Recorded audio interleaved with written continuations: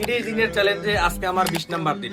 আর আজকে আমরা বর্তমানে আছি উত্তর ধামুরা ইউসুফ জাহানারা মাদ্রাসায়, যেটা আমার মাদ্রাসা, যে মাদ্রাসায় আমি জীবনের 2টা গুরুত্বপূর্ণ বছর কাটাইছি।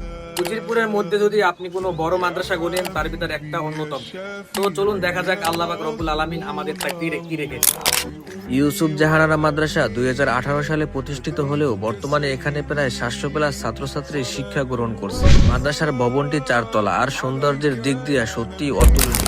এর পাশে দাঁড়িয়ে আছে 5 তলা বিশিষ্ট এক অপরূপ সুন্দর মসজিদ, যার উপরে রয়েছে দৃষ্টিনন্দন একটি মিনার। উপর থেকে নিচে তাকালে দেখা যায় কোরআনের পাখিরা মাঠের মধ্যে যে যার মতো খেলাধুলা করছে। দৃশ্যটা সত্যি মন ভরিয়ে দেওয়ার মতো।